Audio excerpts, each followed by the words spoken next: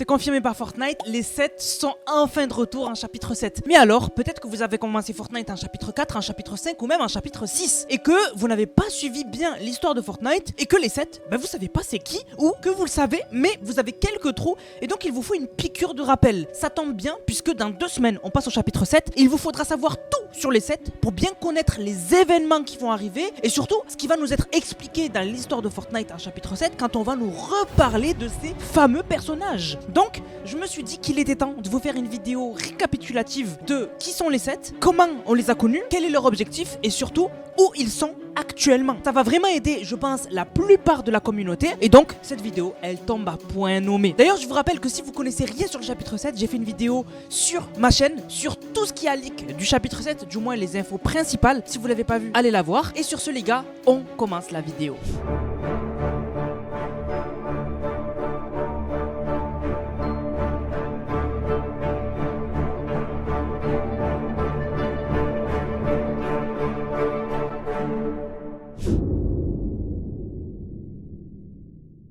Les 7, ils nous ont été introduits au chapitre 1, saison 4. Donc c'était très tôt, c'était le début de Fortnite. Et comment? Alors, dans cette saison, on avait un skin secret. C'était le tout premier skin secret, et donc il nous tardait de le découvrir. Et quand on l'a découvert, on s'est rendu compte que c'était le visiteur, la personne qui était dans la météorite qui a atterri sur Fortnite. Et donc ce visiteur, en lisant sa description, on a vu qu'il était écrit « fait partie des 7 ». Et donc on s'est dit « ok ». Donc en fait, il y en a 6 autres comme lui qui voyagent à travers les dimensions. C'est bizarre, on n'avait pas du tout beaucoup d'informations. Et surtout que le visiteur n'a pas du tout tardé sur la carte, puisque dans l'événement de la fusée du chapitre 1, il s'est barré. On est resté vraiment dans le flou par rapport au 7. Vraiment, c'était très flou à cette époque-là. Par contre, on a compris une chose. Le visiteur est très intelligent et il sait créer des fusées. Parce que le visiteur, il est arrivé avec sa météorite et il a réussi à détourner une fusée qui était de base pour un film, parce qu'il y avait un film qui était tourné dans le saison 4 chapitre 1 à ce moment-là, et il a fait que cette fusée soit utilisable pour voyager dans les réalités. Donc on le sait,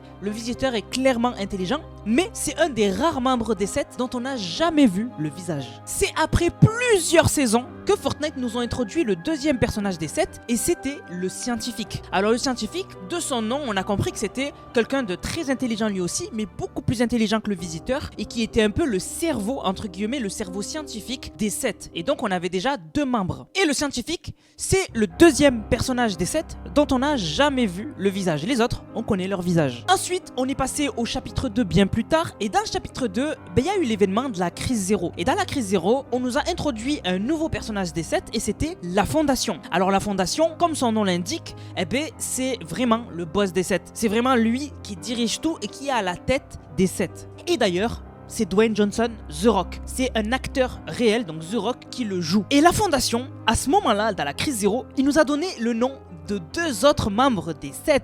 Il a parlé des sœurs. Donc dans les 7, il y a des sœurs. Voilà, il y en a 2, c'est des sœurs. Et du coup, il nous en manque juste un seul. Et alors à partir de là, ça va être le vide total. On va avoir 0 information de plus sur les 7. Sauf que, en chapitre 3, on va avoir une saison, la saison Résistance, qui va introduire tous les derniers membres des 7 qu'on ne connaissait pas. Enfin presque, parce qu'il va en manquer juste un seul. Donc dans cette saison, on va nous introduire l'onirisme, une des sœurs, et on va nous introduire l'origine. Et alors l'origine, ça va être le premier membre qui est très bizarre, puisqu'on va apprendre que c'était l'ancien roi des cubes, comme la reine du cube. Donc il faisait partie de l'ultime réalité, mais quelque chose s'est passé qui a fait que il a quitté le camp ennemi et a rejoint le camp des 7. Et donc maintenant, on les connaît tous. On a le visiteur, le scientifique, la fondation, les sœurs, donc l'institution et l'onirisme, donc ça fait 5, et l'origine, ça fait 6. Il en manque un.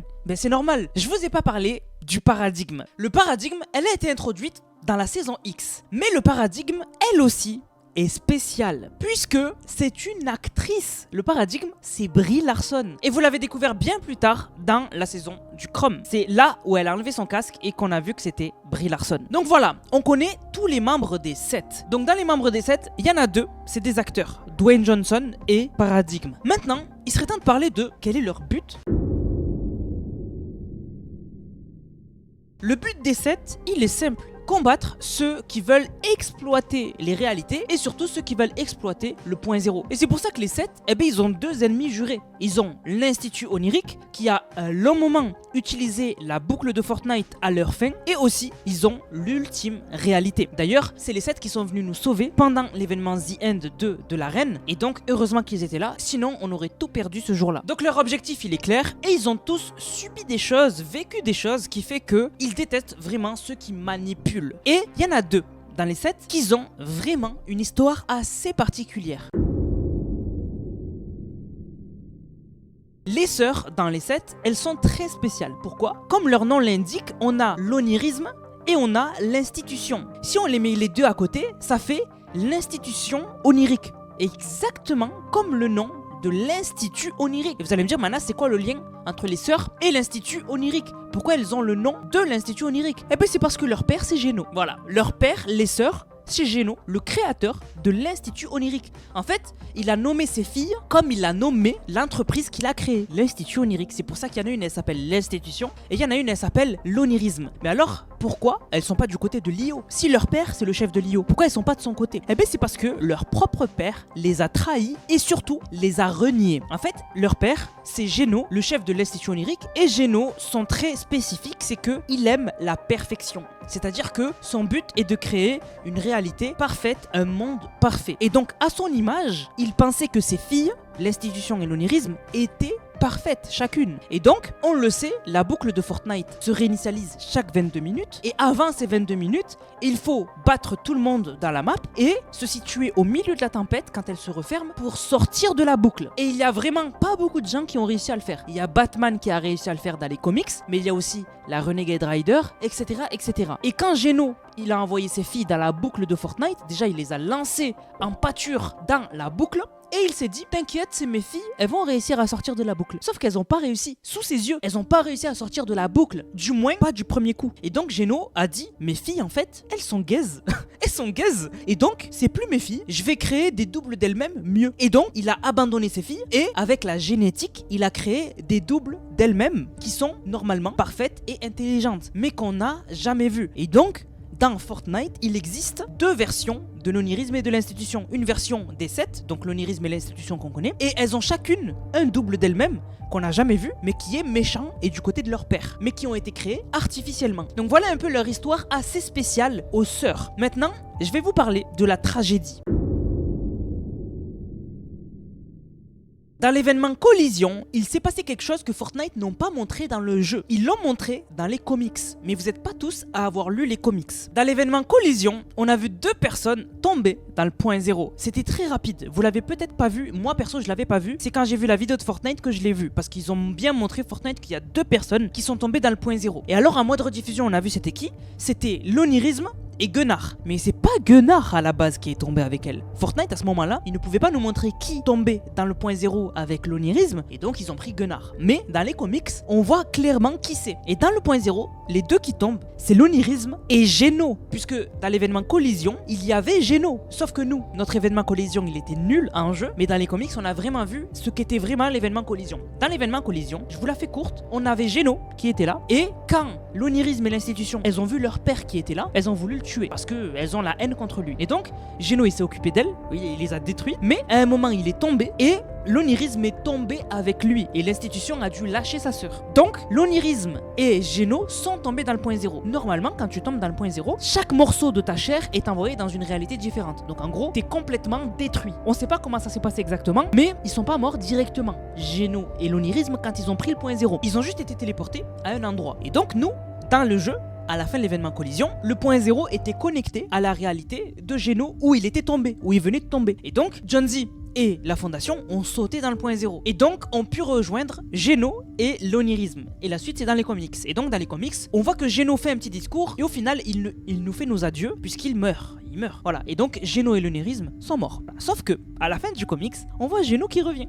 Donc, Géno n'est pas mort. L'onirisme, elle, normalement, est morte. Mais il se peut que Fortnite fasse un petit changement, un petit truc pour que finalement, elle ne soit pas morte. Mais pour l'instant, elle est censée être morte. Une autre tragédie qui s'est passée, c'était dans la saison du Chrome. Dans la saison du Chrome, on a l'héros qui est arrivé. Et l'héros, elle avait un pouvoir qu'on n'avait jamais connu, que les 7 ne connaissaient pas. Et ils ont été pris au dépourvu quand l'héros les a touchés avec le Chrome. et donc les a emprisonnés, entre guillemets. Et donc tous les 7 ont été touchés par le Chrome. Certains, on les a vus dans la cinématique, mais il y en avait qui n'étaient pas là dans la cinématique. Dans la cinématique, il manquait la fondation, il manquait l'Oniri, il manquait l'institution, etc. Et donc il y en a qui pensent que, ils étaient sains et saufs, etc. Pas du tout, puisque dans les quêtes juste avant la nouvelle saison donc du Chrome, on a retrouvé l'épée de l'institution.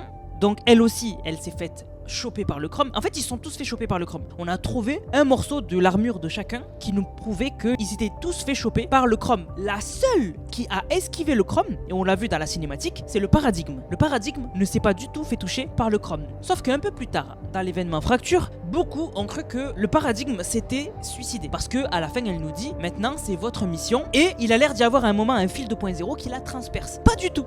Le fil, il tape derrière. C'est de la perspective. En fait, elle a rien. Et d'ailleurs, le Paradigme, elle nous suit sur le chapitre 4. Elle s'est pas du tout suicidée. Elle nous suit dans le chapitre 4 et on la voit aller dans la map chapitre 4. Elle est sur un morceau du chapitre 4 de l'île qui est en train de se reconstituer et elle va dans le chapitre 4. Et pour vous prouver qu'elle y va, c'est qu'elle a dû attendre que l'île soit créée pour voir qu'il y avait du minerai cinétique. Et la première mission de l'histoire du chapitre 4, c'est une mission qui nous a été donnée par le Paradigme et c'est de ramener du minerai cinétique à un endroit. Donc ça veut dire que le Paradigme a bien vu qu'il y avait du minerai cinétique à la carrière. Donc elle a dit qu'il fallait qu'on fasse ça. Voilà, donc ça veut dire qu'elle est pas morte, normalement. Et donc maintenant, ils sont où les 7 en fait? Est-ce qu'ils sont toujours vivants?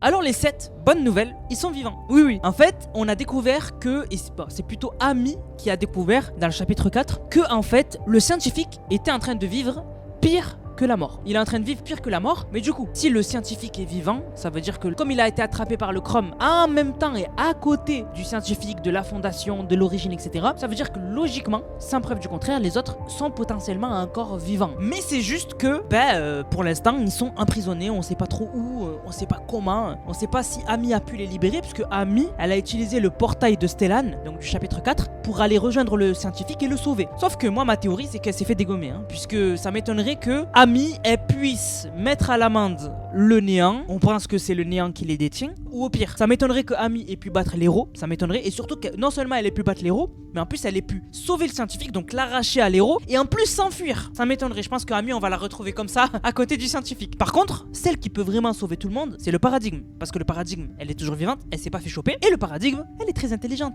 elle est débrouillarde, et donc ça m'étonnerait pas qu'au début du chapitre 7, la première qui nous contacte, ce soit le Paradigme. Pour moi, ce serait le plus logique. Après, si c'est quelqu'un d'autre, j'ai vu des rumeurs que ce serait l'institution. J'aimerais bien qu'on m'explique comment l'institution a échappé au Chrome et comment elle a perdu son épée, puisqu'on avait retrouvé son épée. Mais en tout cas, vous savez tout sur les 7. Donc voilà, les gars, j'espère que la vidéo vous a plu. C'était vraiment important pour moi de mettre un maximum de monde à la page par rapport au 7, puisque comme c'est confirmé qu'ils reviennent en chapitre 7, risque d'y avoir beaucoup de choses autour d'eux. Et vraiment, au moins là, vous aurez toutes les informations, vous pourrez suivre mes vidéos. Et pour tous ceux qui me demanderont c'est quoi les 7 ou où sont les 7, etc., je leur enverrai cette vidéo. Et si vous avez un ami à vous qui plus tard ou maintenant vous pose des questions sur les 7, etc., envoyez-lui cette vidéo et au moins il sera à jour. Du coup, la famille, on va remercier ceux qui ont utilisé le code Nanas. Je vous rappelle, code Nanas de la boutique Fortnite, N-A-N-A-S-S. Vous le mettez dans la boutique, vous m'envoyez une vidéo, vous l'avez utilisé dans le serveur Discord Nanas qui est dans la description de l'onglet code Nanas et vous avez une dédicace en fin de vidéo. Donc merci à Alia qui a régalé avec le code Nanas. Merci à Valérie qui a dit je fais mon retour ici avec l'un de mes plus gros achats dans le jeu. 33 € dépensés avec le code du GOT. Je suis pauvre maintenant, incroyable. Merci à Sidu qui a régalé avec le code. Merci à Captain Axo qui a dit on achète le petit Raptor avec le code Nanas. Merci à Ryan qui a dit on n'oublie jamais le code Nanas pour le pass de combat. Merci à Mathieu qui a dit Nanas, j'ai acheté le pass de combat avec ton code. Est-ce que tu peux m'ajouter s'il te plaît? Je sais que tu as oublié la dernière fois. Mon pseudo c'est Crochet Propre 1, j'attends ton invitation. Merci à Destrock qui a dit code Nanas dans le pack Chun-Li,